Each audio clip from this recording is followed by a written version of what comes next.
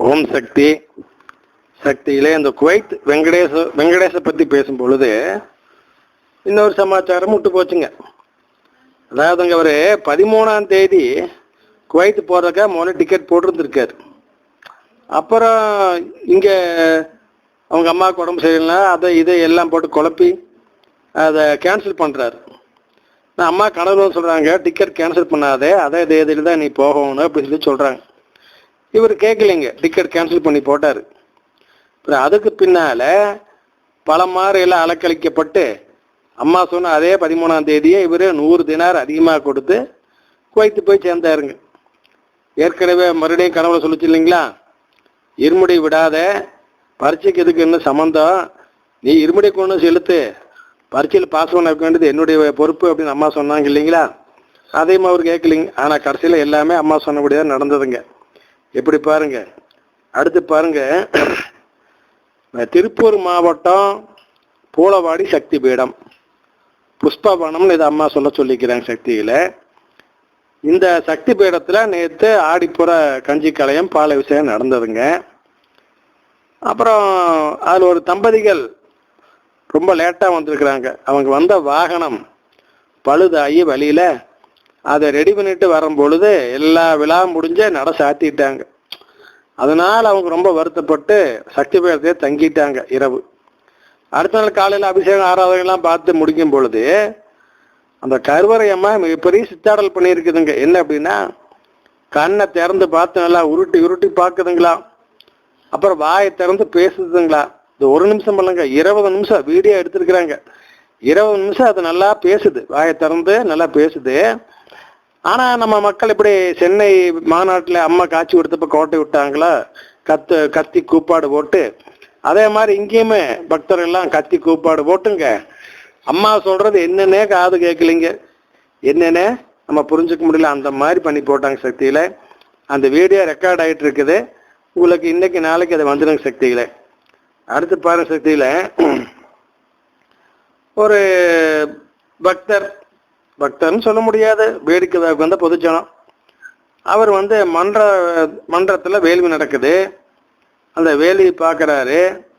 பார்த்துட்டு அவர் மனசுக்குள்ள ஒரு எண்ணம், இந்த மன்றத்தில் கலசம் வச்சு பூஜை பண்ணுறாங்களே, மன்றத்தை படத்து முன்னால் வச்சு பூஜை பண்ணுற இந்த பூஜைக்கு சக்தி உண்டா, அந்த வகையில் இந்த கலசத்துக்கு என்ன சக்தி இருக்க போகுது, கலசத்துக்கு ஒன்றும் சக்தி இருக்காது அப்படின்னு இவர் நினச்சிக்கிறாரு. ஆனால் என்னாச்சுங்க, விழா முடிஞ்சு இவர் வீடு போய் சேர்ந்த பின்னால் இவர் கண்ணு 2 பயங்கரமான எரிச்சல், தீ மாதிரி. வைத்தியம் பண்ணியும் சரியாகலை. அப்புறம் தான் ஞாபகம் வந்துருக்குது, ஐயோ நம்ம கலசத்தை பற்றி தப்பாக நினச்சோமே, கலசத்துக்கு சக்தி உண்டா, சக்தி இருக்காதுன்னெல்லாம் நினச்சோம் அப்படின்னு மன்னிப்பு கேட்டு இப்போ கலசத்தை வாங்கிட்டு வந்துங்க. அந்த கலசத்தை எடுத்த கண்ணில் உடங்காட்டி ஒவ்வொரு கண்ணிலையும் 2-3 சொட்டு விட்டாங்க. அவ்வளோதானுங்க, எரிச்சல் உடனே குணமாயிடுச்சு. எப்படி பார்த்தீங்களா. அதே மாதிரி ஏற்கனவே உங்களுக்கு சொல்லிக்கிற ஒரு முறை ஒரு ஏழை பக்தர் அம்மாட்ட கேட்டார். அப்போ அம்மாவோடைய ஆலயத்தில் தூணெல்லாம் கட்டுனாங்க, அதில் பேரெல்லாம் போட்டாங்க. இப்போ கூட அதில் அந்த கல்வெட்டெல்லாம் இருக்குது இல்லைங்களா, ஒரு தூணுக்கு ஒரு பேர் இருக்குது, என்னென்ன உபயம்னு சொல்லி. அதையெல்லாம் பார்த்து அந்த பக்தர் அம்மாட்ட போய் கேட்டார், அம்மா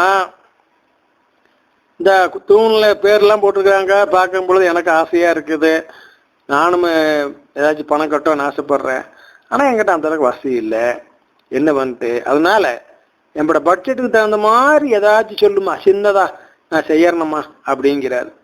அம்மா சொன்னாங்களா, மகனே நீ என்னுடைய ஆலயத்திற்கு வரும்போதெல்லாம் ஒரு முறை அங்க பிரச்சனம் செய்து விட்டு போ. நீ ஒரு முறை அங்க பிரச்சனம் செய்தால் எனக்கு 10,000 ரூபாய் கொடுத்ததுக்கு சமம் அப்படின்னு அந்த காலத்துல சொன்னாங்களா சக்தியில. அப்ப பாருங்க, அங்க பிரச்சனைங்கிறது எவ்வளவு முக்கியமான விஷயம் அப்படிங்கிறது. அது மட்டும் இல்லைங்க, அதே மாதிரி இன்னொரு பக்தர் கேட்டாரு அம்மாட்ட, அம்மா நீ எனக்கு எத்தனையோ நன்மையெல்லாம் செஞ்சிருக்கிற, நோய் விழுந்து காப்பாத்தின, போன உசுரை திருப்பி கொண்டு வந்து கொடுத்த, எனக்கு மறுவாழ்வு கொடுத்துருக்குற, மறுபிறவையே கொடுத்துருக்குற, எல்லா நன்மையிலும் செஞ்சிருக்கிற, உனக்கு திருப்பி நன்றி கடனா நான் என்ன செய்யிட்டு, என்கிட்ட செய்யறதுக்கு பொருளாதார ரீதி அந்த மாதிரி இந்த வசதியெல்லாம் கிடையாது, அதனால எனக்கு ஒரு உபாயம் சொல்லுமா, நான் உனக்கு நன்றி செய்வதற்கு என்ன செய்யணும் அப்படின்னு கேட்டாராம். அதுக்கு அம்மா சொன்னாங்களா, நீ என்னை பாத பூஜையின் பொழுது பார்க்க வரும் பொழுதெல்லாம் அந்த தட்டத்தில் சிறிது உப்பை வைத்து கொண்டு வா மகனே அப்படின்னு சொன்னாங்களா. எப்படிங்க சோத்துக்கு போடுற உப்பு, உப்பிட்டவரை உள்ளளவு நினைன்னு சொல்றாங்க இல்லைங்களா, அந்த மாதிரிங்க அம்மா அந்த பாத பூஜை தட்டத்துல கொஞ்சம் உப்பை வச்சு கொண்டு வா மகனேன்னு சொன்னாருங்களா. அதே மாதிரி அவரும் செஞ்சுட்டு தான் இருந்தாருங்களா அம்மா சக்திகளை. இன்னொன்னு பாருங்க, விழுப்புரத்து பக்கத்துல ஒரு ஊரு, அங்க ஒரு ஏழை விவசாயி, அவருக்கு சந்தோஷம் என்னன்னே தெரியாது, அந்த மாதிரி பரிதாபமான ஆளு. அவரை போய் நம்ம வீரராகவன் உருவத்துல அம்மா போய் நீ மருவத்தூர் கோயிலுக்கு ஒன்று வா, அடிலார் சாமி கூப்பிட்டாங்க அப்படின்னு கூப்பிடுறாங்க. அவருக்கு ஏகப்பட்ட கஷ்டம், அதனால மருவத்தூர் கோயிலுக்கு போறோம்னு தான் நினைச்சிட்டு இருக்காரு. சாமியை கூப்பிட்டுருக்குறாங்களே சரி போலாம்னு சொல்லி அப்பயே கிளம்பி வந்துட்டார். 2 பேர் பஸ் ஏறி மருவத்தூர் வந்து இறங்கினாங்க. இறங்கின முன்னால பார்த்தா வீரராகவனை காணா.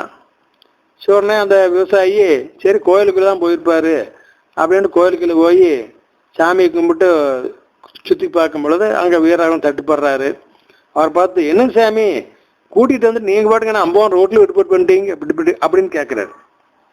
கூட்டிகிட்டு வந்துட்டு என்ன ரோட்டில் அம்பவன் விட்டு போட்டு வந்துட்டீங்களே அப்படின்னு கேட்குறாரு. அவர் சொல்கிறார் நான் எங்கேயும் அவனை கூப்பிட்டேன், நான் கோயில் விட்டு எங்கேயோ வெளியே இல்லையே அப்படிங்கிற. இப்படி பாருங்க. அப்புறம் தான் தெரிஞ்சது, அன்றே அருள்வாக்கில் அம்மா சொன்னாங்களா, அந்த விவசாயிய அப்பெல்லாம் வந்து ஒரு 6 மாதத்துக்கு ஒருக்கா அக்கம் பக்கத்தில் இருக்கிற ஏழை பக்தர்களை அம்மா வந்து டூர் கூட்டிகிட்டு போவாங்களா ஆலய செலவில். அந்தக்காகத்தான் அந்த பக்தரை விவசாயியை வர சொல்லிக்கிறாங்க அம்மா வீரராகவன் உருவத்தில் போய்.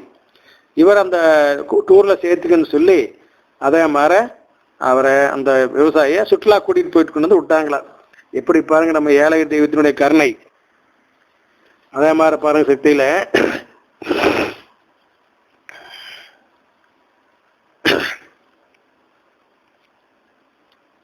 கோவையில புற்றுநோயால் அவதிப்பட்ட ஒரு பக்தர், அவருக்கு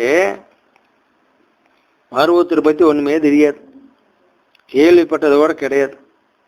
அவருடைய கனவுல நம்ம குரு பகவான் போய் மகளே கஷ்டப்படாத, என்னோட வியாதியை நான் குணப்படுத்துறேன், என்னோட ஆலயத்திற்கு வா அப்படின்னு சொல்றாங்க.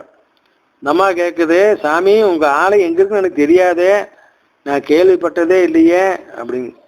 கவலைப்படாத, இங்க பார் இப்படித்தான் பஸ் ஏறும், இந்தந்த வழியா பஸ் வரும், இப்படி மருவத்தூர் வந்து இறங்கு பார், முன்னாலேயே ரோட்டு மேலேயே கோயில் இருக்குது பார், முன்னால ஓம் சக்தி பீடம், உழுக்கில் பார் 4 கால மண்டபம், கருவறை, நம்ம கோயிலோட அமைப்பு எல்லாம் அப்படியே முழுசும் சுத்தியும் வீடியோ போட்டு காமிக்கிற மாதிரி அம்மா காமிச்சாங்களாமா. அதே மாதிரி அந்த அம்மா யாருடைய துணையும் இல்லாம வந்திருக்கிறாங்க, அம்மா காட்டி கொடுத்த மாதிரி. இங்க வந்து இறங்கி பார்த்தா அம்மா காமிச்ச மாதிரியே கனவுல அதே மாதிரி எல்லாம் இருக்குதா. அப்படி பார்த்து அதிகத்து போனாங்களாமா. சாதாரண மதியம் இல்லை அந்த அம்மாவுக்கு, மிகப்பெரிய அதிசயம் சக்திகளே. எப்படி பாருங்க அம்மா செய்யறாங்கன்னு. அடுத்து பாருங்க இன்னொரு பக்தர் திருநெல்வேலிக்காரருங்க, அவர் மஸ்கட்ல வேலையில் இருக்கிறார் ஃபாரின்ல. அவர் வந்து லட்சார்ச்சனைக்கு வந்து கலந்துக்கிட்டு அந்த பிரசாதத்தை வாங்கிட்டு வேலைக்கு போறார். இவர் பார்த்தா வேலையில் சேர்ந்த புதுசு, இன்னும் 1 மாதம் சம்பளம் கூட வாங்கல. அந்த நிலையில பற்றையில அடிச்ச இரும்பு துண்டு தெரிச்சு வந்து இவருடைய பாதத்துல ஏறிடுச்சு. அது ஏறி எலும்புல போய் நின்றுச்சு. நம்ம பகுதியாட்டவெல்லாம் அங்கே எல்லாம் தொழிலாளிக்கெல்லாம் பெருசா கண்டுக்க மாட்டாங்க. அவசரோடு இருந்து செஞ்சா காசு சேர்த்து போனா தூக்கிட்டு போன்ட்டுருவான். அந்த மாதிரிங்க அவரை விட்டுட்டு அங்கே போகணும். அப்புறம் நண்பர்கள்லாம் சேர்ந்து கொண்டு ஆஸ்பத்திரி காமிச்சாங்க. அங்கே மிகப்பெரிய தொகையை கேட்டாங்களாம். அவர் 1 மாதம் சம்பளம் கூட வாங்கல. என்ன பண்ணுவாருங்க, பேசாமல் ரூமில் வந்து இருந்துக்கிட்டார். எல்லா ரூமில் வந்து படுக்க வச்சுட்டாங்க.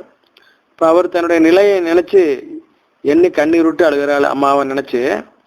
அப்போ அவருக்கு டக்குன்னு யோசனை வருது, நவராத்திரி விழாவுக்கு போய் லட்சர்ச்சனை பண்ணிட்டு அந்த பிரசாதத்தை கொண்டு வந்தோமே, அது இப்போ பொட்டுக்குள்ள தானே இருக்கு அப்படின்னு சொல்லி தவந்துக்கிட்டு போய் சூட் கேஸை திறந்து அந்த லட்சார்ச்சனை பிரசாதத்தை வெளியெடுத்து அந்த குங்குமத்தை எடுத்து அந்த இரும்பு துண்டு உள்ள நிற்கிது பாருங்க பாதத்தில், அந்த மேலே அப்படி கொட்டினாருங்களா. கொட்டின சிறிது நேரத்திலேயே அந்த இரும்பு துண்டு அப்படி கொப்புளிச்சுக்கிட்டு வெளியே வந்து விழுந்துருச்சுங்களா சக்தியில.